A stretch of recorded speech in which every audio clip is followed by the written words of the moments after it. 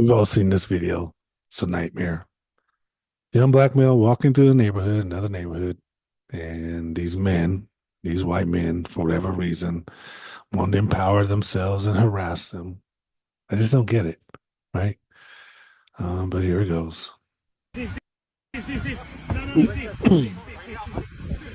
he acts like he's gonna get a weapon or something, and his friend stops him. He's so upset with this guy. He's so upset with this kid because the kid is he's laughing, even though the kid I'm sure is nervous. I mean, it'd be terrifying, right? And for anybody, you're outnumbered. All these men are following you. I don't care if you're a grown man. He's a kid, but you're a grown man and you're walking, and these men are all following you. And this guy runs to his car. It's like they're trying to intimidate him, trying to establish some authority over him, and he's not yielding to them. So they're gonna go to the stream. He's gonna go to his car and pretend or get a weapon. I don't know what he's doing. If you haven't seen these videos, you need to go and watch them. This young man, this teenage boy, was racially profiled and harassed in his own neighborhood after Hurricane Milton for walking through his neighborhood. I love the passion of that lady. She has more passion than I could have. You know, I've seen these, so these things wear me out, you know, but she's so passionate about it, about this kid. This her video. What's going on, buddy? They're following him, questioning him. It's good he filmed it, but it's crazy, right? I mean, how intimidating and scary must that have been, even though he's laughing? And then how does that affect somebody when you're just walking, minding your business, and these people, start following you, questioning you like you did something wrong, like you don't belong.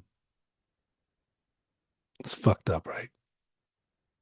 Brother, no, team out here. Obviously, he doesn't live here.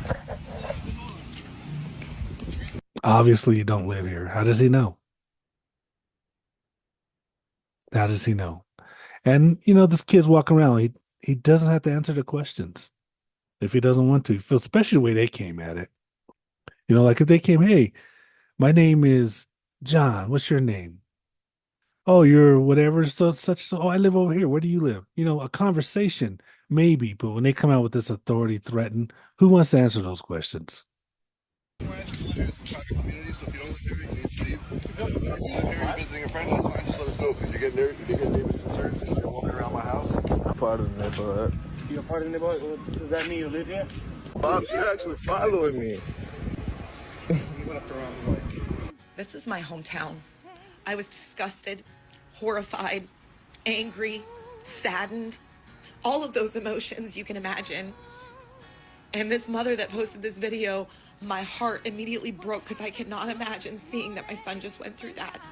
I immediately said, let me come and walk with your son. We're holding a walk.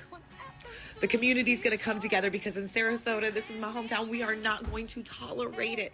We are not going to tolerate racism, hate, racial profiling, harassing people for walking. We have to stop the hate. So, if you can make it to Sarasota Saturday morning at 9 a.m., I'm calling on you. I'm calling on my community. Let's send a clear message. And we're not going to stand by and allow this type of hate to brew in our community. That passion is amazing. I love that. And the thing is, a lot of people feel that way, right? A lot of people. And one of the guys, his company feels that way too, because when he saw the video, they did an investigation. It was short. And then they said this guy doesn't represent who they are, right?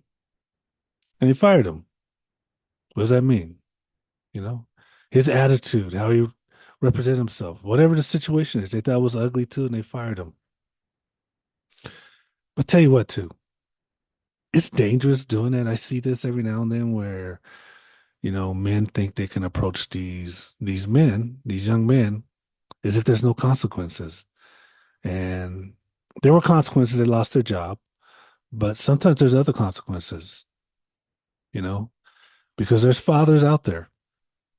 There's fathers out there that if you, my father was one, and I'm that kind of father too, which means if you go out there and try to bully my son and think I'm not going to go out there and confront you, I will. And my father was the same way. I grew up in a white neighborhood. It was a great neighborhood, right? Great people. But there were some people in that neighborhood that they could bully me. And my father was something else. He was fucking ruthless with them. He was ruthless with them. He was ruthless with the parents. It was ridiculous. And I'm the same way. You fuck with my kids. My kids are grown now. You fuck with my kids emotionally. I cannot contain myself. I just can't. We're going to have a conversation. We're going to have a conversation why you think it's okay to question and bully my son. And if it gets beyond a conversation, I'm okay with that too, because there's nothing more important than my kids. And I'm not the only one that feels that way. There's a lot of people feel that way. That lady that posted this video feels that way, you know?